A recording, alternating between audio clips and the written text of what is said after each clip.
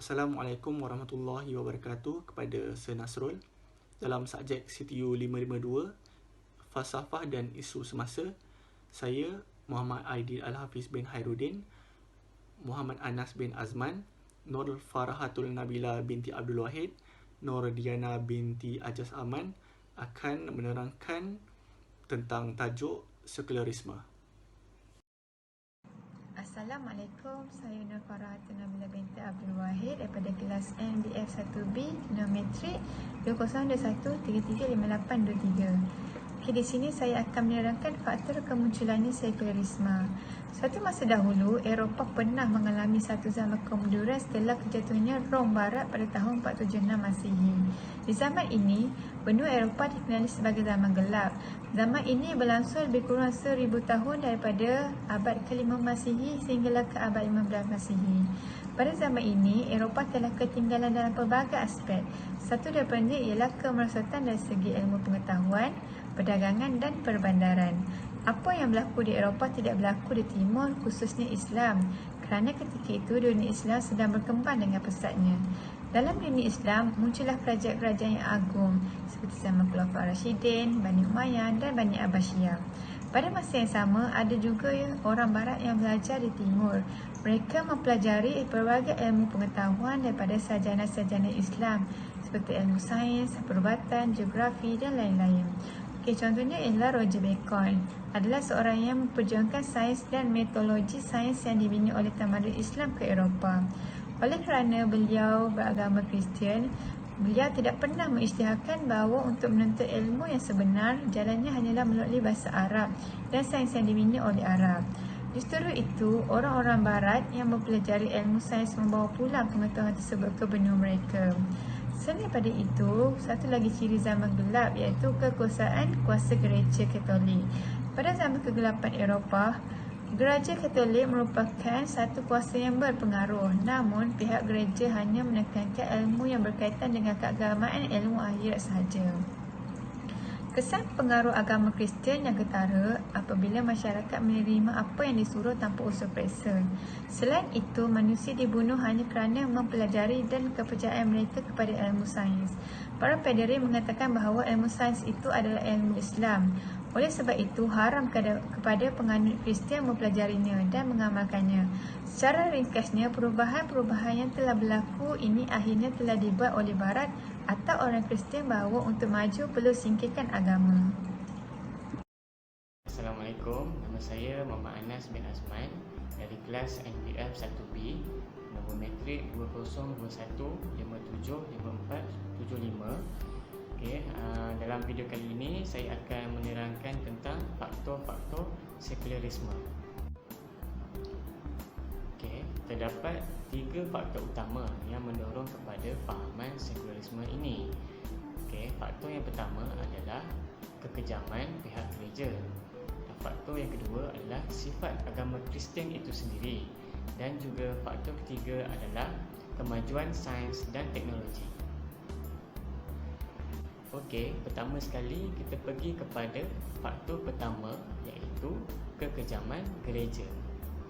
Fahaman sekularisme ini berlaku di Eropah disebabkan oleh konflik yang berlaku dalam agama Kristian. Seperti yang kita tahu di mana agama Kristian ini wujud dalam pelbagai mazhab, pelbagai aliran. Benua Eropah telah ditakluk oleh gereja menerusi Empire Rom dengan berlandaskan agama Kristian.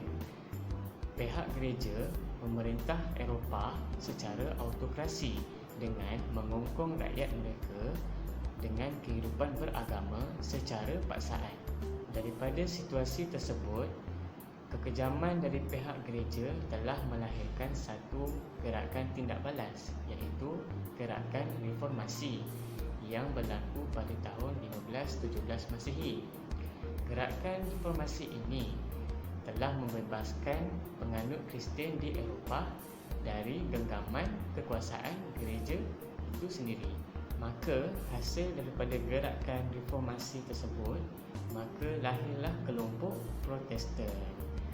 Kelompok Protestan ini pula berpecah belah menjadi beberapa denominasi seperti Lutheran, Anglican Methodist dan Calvinism, di mana setiap denominasi ini adalah bercanggah antara satu sama lain. Okay.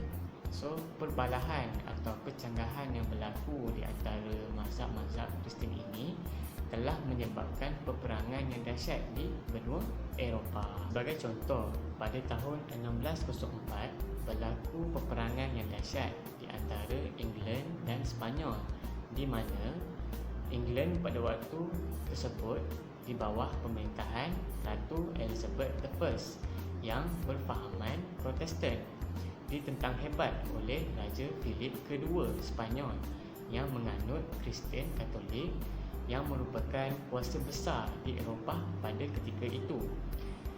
England adalah salah satu negara kecil yang menentang fahaman Katolik yang dibawa oleh Sepanyol. Sejarah hitam yang telah lama menyelubungi benua Eropah telah menyebabkan para cendekiawan berkeputusan untuk mengasingkan agama dengan sistem politik. Maka dengan itu lahirlah fahaman sekularisme di benua Eropah untuk menyelamatkan benua itu dari kebinasaan agama yang dilakukan oleh ahli agama mereka sendiri. Seterusnya, kita pergi kepada faktor kedua, iaitu sifat agama Kristian itu sendiri. Pergolakan dan juga penyelewengan yang berlaku di gereja adalah disebabkan oleh sifat agama Kristian itu sendiri, di mana agama Kristian lebih cenderung kepada spiritual dan institusi keimamatan yang tinggi telah mendorong kepada sekularisme di dunia barat. Agama Kristian lebih menekankan cara hidup yang monastik dan aturan makanan yang ketat, menyebabkan penganut Kristian berasa terkongkong dalam kehidupan mereka. Falsafah agama Kristian menolak segala falsafah yang berkaitan sains dan teknologi kerana mereka beranggapan bahawa ilmu sains dan teknologi ini adalah satu sihir yang mendorong manusia lalai kepada agama dan menjerumus manusia ke lembah neraka. Agama Kristian hanya berpegang teguh pada doktrin metafizik yang menyebabkan penganutnya terpisah dengan segala urusan dunia. Menjelang abad ke-16, sikap golongan gereja telah berubah dan penyelewengan telah berleluasa dengan ketara sekali sehingga telah menjatuhkan maruah golongan gereja di kalangan masyarakat mereka sendiri. Dalam suasana keruntuhan imej gereja ini, POS dan pendeta-pendeta Kristian telah mula mengetepikan kemuliaan agama Kristian demi mendapat kekayaan. Seperti golongan paderi Kristian telah mula menjual sijil indulgence bagi menebus dosa penganut Kristian yang membelinya. Dan keuntungan yang diperolehinya hanyalah semata-mata untuk kekayaan pihak gereja itu sendiri. Keuntungan yang diperoleh oleh pihak gereja hanyalah untuk meningkatkan usaha pembangunan keduniaan dengan menjadikan Rom sebagai pusat kekuasaan yang terkuat di bahagian tengah Itali, iaitu Vatikan. Ramai ahli masyarakat Eropah telah mula mempersoalkan kesucian dan amalan gereja, dan banyak kepincangan dan penentangan yang telah berlaku. Antaranya ialah dengan mewujudkan fahaman sekularisme ini. Masyarakat Eropah mendapati bahawa agama Kristian ini membatasi keseronokan dunia mereka dan mereka menolak ajaran Kristian yang lebih bersifat spiritual demi untuk membebaskan diri dari agama mereka. Mereka beranggapan bahawa segala pergerakan agama dan ritual keagamaan sudah ketinggalan zaman. Okey, kita pergi kepada faktor yang terakhir, iaitu kemajuan sains dan teknologi. Pada abad ke-16, Eropah mengalami perkembangan teknologi, khususnya teknologi binaan, dan proses pembangunan masyarakat telah berkembang dengan pesat. Perkembangan ini telah mendorong kelahiran sekularisme dalam kalangan masyarakat Kristian di dalam dunia barat pada ketika itu. Masyarakat barat pada ketika itu telah bersaing mengejar kekayaan, dan di samping itu juga mereka telah meluputkan nilai-nilai agama Kristian dalam diri mereka sedikit demi sedikit. Kemajuan teknologi ini mengakibatkan ramai golongan-golongan gereja telah melupakan tanggungjawab mereka terhadap agama. Lorenzo de Medici merupakan seorang pendeta Kristian yang meminati dalam kesenian drama dan seni bina. Beliau telah membina gereja Saint Peter di Rom yang sangat megah dan menarik dengan elemen-elemen lukisan dan ukiran patung Jesus dan Maria yang cantik, menyebabkan gereja tersebut terlihat seperti gedung agam yang mewah dan bukannya tempat untuk melakukan ibadat. Di dalam agama Kristian, segala bentuk imej yang mewakili Jesus adalah dilarang sama sekali, dan sekaligus menimbulkan banyak tanda tanya dalam kalangan masyarakat mereka sendiri. Beliau telah menggadaikan maruah agama demi untuk mendapatkan kekayaan dan kemasyhuran, sehingga menggugat kesucian agama Kristian itu sendiri. Seterusnya, Count Panises adalah seorang padri bangsa Pol. Beliau telah membuat kajian dalam bidang ilmu astronomi dan meninggalkan terus tugasnya berhubung dengan agama. Beliau telah mewujudkan teori peredaran bumi yang menimbulkan kemarahan pada Majlis Agama Kristian. Majlis Agama Kristian beranggapan bahawa teori tersebut bertentangan dengan ajaran yang termaktub dalam Injil. Assalamualaikum. Saya Muhammad Aidil Al-Hafiz bin Khairuddin dari kelas NBF 1B, ID number 2021339849. Saya akan menerangkan tentang implikasi-implikasi sekularisme terhadap individu, masyarakat dan juga negara. Apakah implikasi sekularisme terhadap individu? Yang pertama, hidup berlandaskan hawa nafsu semata-mata. Dalam hidup ini, kita perlu seimbangkan hidup dan agama. Mengasingkan hidup dan agama akan membuatkan kita menjalani kehidupan berlandaskan hawa nafsu. Di dalam diri kita mempunyai nafsu yang tidak pernah puas. Nafsu yang tidak terkawal akan mengakibatkan keruntuhan moral dan akhlak yang membuat kita terjerumus dalam kemaksiatan. Agama mengajar kita untuk menilai baik dan buruk tindakan kita. Kita diajar batas-batas pergaulan dalam jantina yang sama ataupun berbeza. Agama memendung kita daripada pergaulan bebas yang boleh merosakkan diri kita. Yang kedua, hidup dalam keadaan jiwa yang kosong. Mengasingkan hidup dan agama juga akan membuatkan jiwa kita menjadi kosong. Dengan jiwa yang kosong akan menyebabkan diri kita mudah terpengaruh. Keadaan ini hanya diri kita sahaja yang tahu. Kita berpura-pura rasa gembira di hadapan orang ramai, tetapi bila kita kesorangan, kita akan merasa kosong. Hiburan masa kini yang melibatkan pengaruh dadah dan alkohol akan menjadi cara untuk kita mengisi kekosongan dalam diri kita. Jika kita meletakkan agama dalam kehidupan, kita akan mengisi jiwa kita dengan ilmu kerohanian seperti berdoa, bertawakal dan beribadah.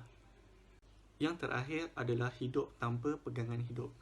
Mengasingkan hidup dan agama akan menjauhkan diri kita dengan Tuhan. Hidup bukanlah selamanya indah. Pasti ada masa yang kita merasakan diri ini tidak berguna. Kita akan merasakan kita tiada tempat untuk mengadu atau bergantung. Perasaan ini akan terus membelenggu diri kita sehingga kan kita hilang cara untuk berfikir secara rasional. Menjadikan agama sebagai pegangan hidup, kesenangan dan kesusahan merupakan ujian dalam hidup kita. Dalam surah Al-Baqarah ayat 286 bermaksud Allah tidak membebani seseorang melainkan sesuai dengan kesanggupannya. Ia mendapat pahala iaitu dari kebajikan yang diusahakannya dan ia mendapat siksa iaitu dari kejahatan yang dikerjakannya. Mereka berdoa, "Ya Tuhan kami, janganlah Engkau hukum kami jika kami lupa atau kami tersalah. Ya Tuhan kami, janganlah Engkau bebankan kepada kami beban yang berat sebagaimana Engkau bebankan kepada orang-orang sebelum kami. Ya Tuhan kami, janganlah Engkau pikulkan kepada kami apa yang tak sanggup kami memikulnya. Beri maaflah kami, ampunilah kami dan rahmatilah kami. Engkaulah penolong kami, maka tolonglah kami terhadap kaum kafir." Dari ayat ini, kita dapat fahami bahawa Allah tidak menguji kita melebihi tahap kemampuan diri kita. Seterusnya adalah implikasi sekularisme terhadap masyarakat. Apakah implikasi sekularisme terhadap masyarakat? Masyarakat akan mula mempersoalkan perkara yang tidak sepatutnya dibangkitkan. Pemahaman dan pemikiran yang mengasingkan hidup dan agama ini akan timbul pandangan asing yang bertentangan dengan Islam. Mereka antara yang lantang memperjuangkan hak-hak lesbian, gay, biseksual dan transgender iaitu LGBT dan juga feminisme. Mereka menjadi lebih berani apabila perjuangan mereka mendapat sokongan dari masyarakat yang tergolong dalam golongan elit. Mereka menganggap perjuangan ini bersifat memperjuangkan hak kemanusiaan sedangkan mereka melanggar fitrah manusia. Seterusnya adalah masyarakat menolak identiti agama dalam kehidupan. Kumpulan sekularisme tidak akan menerima identiti agama dalam kehidupan. Bagi mereka, cara pemikiran berlandaskan agama tidak sesuai diterapkan dalam kehidupan. Cara pemakaian beridentitikan agama tidak sesuai dimodernkan dalam masyarakat. Mereka tidak boleh menerima aliran agama menjadi lebih popular. Apa yang kita boleh lihat, dulu wanita yang bertudung sebagai kekampungan, tetapi kini tudung sudah menjadi aliran fashion, malah sudah menjadi sebahagian dari aspek kebudayaan negara kita. Tapi, kumpulan sekularisme ini tidak boleh menerima keadaan ini. Yang terakhir sekali adalah implikasi sekularisme terhadap negara. Apakah akan berlaku kepada negara kita? Negara akan menjadi negara sekular. Jika kita membiarkan kumpulan sekularisme diterima dalam negara, kedudukan agama Islam sebagai agama persekutuan akan goyah dan negara akan diiktiraf menjadi negara sekular. Negara sekular adalah negara yang neutral dengan hal agama, tidak menyokong dan tidak menentang. Apa yang kita lihat, kebanyakan negara sekular di dunia seakan gagal untuk netralkan hal agama. Kita mengambil contoh negara Perancis. Mereka mempunyai undang-undang khusus bagi menangani masalah antisemitisme. Sebarang perbuatan menzahirkan kebencian terhadap masyarakat Yahudi adalah dilarang, termasuk perbuatan mengkritik Israel dan rejim Zionis. Justru timbul persoalan berkenaan layanan berbeza terhadap Islam. Perbuatan mempersendakan Islam yang menyemarakkan Islamofobia di Perancis dipertahankan atas nama kebebasan bersuara. Hai, Assalamualaikum semua. Okey, untuk video kali ini, untuk bahagian ini, saya akan membincangkan mengenai cara-cara untuk mengatasi fahaman sekularisme ini. Setiap masalah pasti ada jalan penyelesaiannya. Dan juga memerlukan strategi dakwah yang sesuai bagi membendung fahaman sekularisme ini. Antara usaha yang perlu dilakukan adalah para ilmuwan Islam hendaklah mengajar kepada masyarakat Islam tentang bahayanya fahaman sekularisme ini. Tak kisahlah sama ada melalui media massa, melalui katalog atau melalui ceramah. Selain itu juga, para ilmuwan Islam ini juga hendaklah memberi penerangan yang jelas terhadap hukum hakam agama Islam dan juga teras-teras agama Islam seperti syariah dan fiqh kepada masyarakat Islam sekeliling supaya kita sebagai umat Islam tidak terpengaruh dengan ideologi fahaman sekularisme ini. Setiap umat Islam bertanggungjawab dalam mengamalkan segala sunnah Rasulullah SAW dan bukan hanya berkongsi sunnah di media sosial semata-mata tanpa mengamalkannya. Dan kita sebagai umat Islam hendaklah bersatu padu dalam menolak dan juga mengkritik segala para intelektual sekular agar fahaman mereka tidak mempengaruhi seluruh umat Islam. Pihak kerajaan dan juga NGO pula hendaklah mengadakan halaqah-halaqah Al-Quran secara percuma kepada seluruh umat Islam. Selain itu, umat Islam perlu memperuntukkan sedikit masa untuk memahami isi kandungan Al-Quran dan juga hadis, dan bukan dengan sahaja menghafalnya semata-mata, malah mengamalkannya.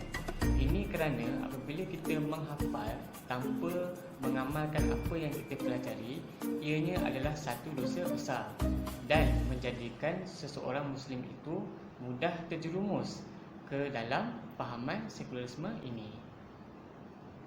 Seterusnya, setiap umat Islam, terutama kepada golongan-golongan muda, mestilah membuang sikap suka mengagung-agungkan tokoh-tokoh barat yang kononnya membawa kemodenan di dunia ini. Ini kerana umat Islam perlu sedar bahawa fahaman sekularisme ini adalah satu agenda barat bagi mempengaruhi umat Islam melalui kemodenan yang mereka cipta.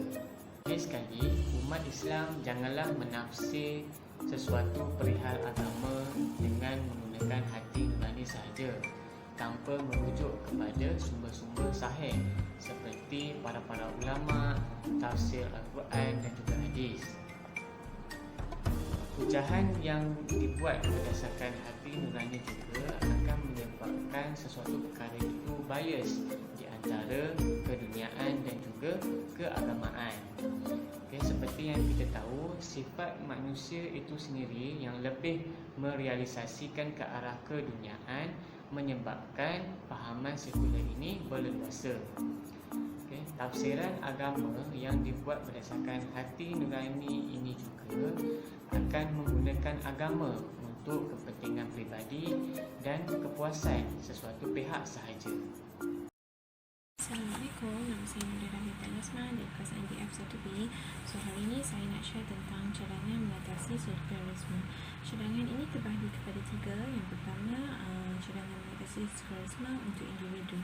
So, sekularisme adalah ajaran yang tak bersangkutan dengan rohani atau keagamaan. Secara tak langsung, ajaran ini menolak segala ajaran agama dan sunnah. Sebagai individu yang beragama Islam, kita perlu tahu maksud sekularisme dan doktrin-doktrin ajaran ini agar tak terjebak. Kita juga perlu mendalami ilmu agama Islam dan sentiasa praktikkan dalam kehidupan harian. Kedua, cadangan mengatasi sekularisme untuk masyarakat. Masyarakat Islam zaman ini sepertinya mudah hanyut dan terbawa-bawa dengan ikutan-ikutan dan ajaran-ajaran yang bersimpangan dengan agama Islam. Sebagai masyarakat yang majmuk, kita perlu bergantung bahu untuk menghidupkan amalan-amalan agama Islam agar ajaran seperti sekularisme ini tak menular dan menjadi parah dalam masyarakat. So, cadangan yang ketiga adalah cadangan mengatasi masalah sekularisme, ajaran sekularisme untuk negara. Memandangkan agama rasmi negara kita ialah agama Islam, kerajaan seharusnya memainkan peranan penting dalam mengatasi dan membendung ajaran ini daripada tersebar. Sebagai modus operandi boleh dilakukan, antaranya menyekat penyebaran secara meluas di media sosial maupun kehidupan harian.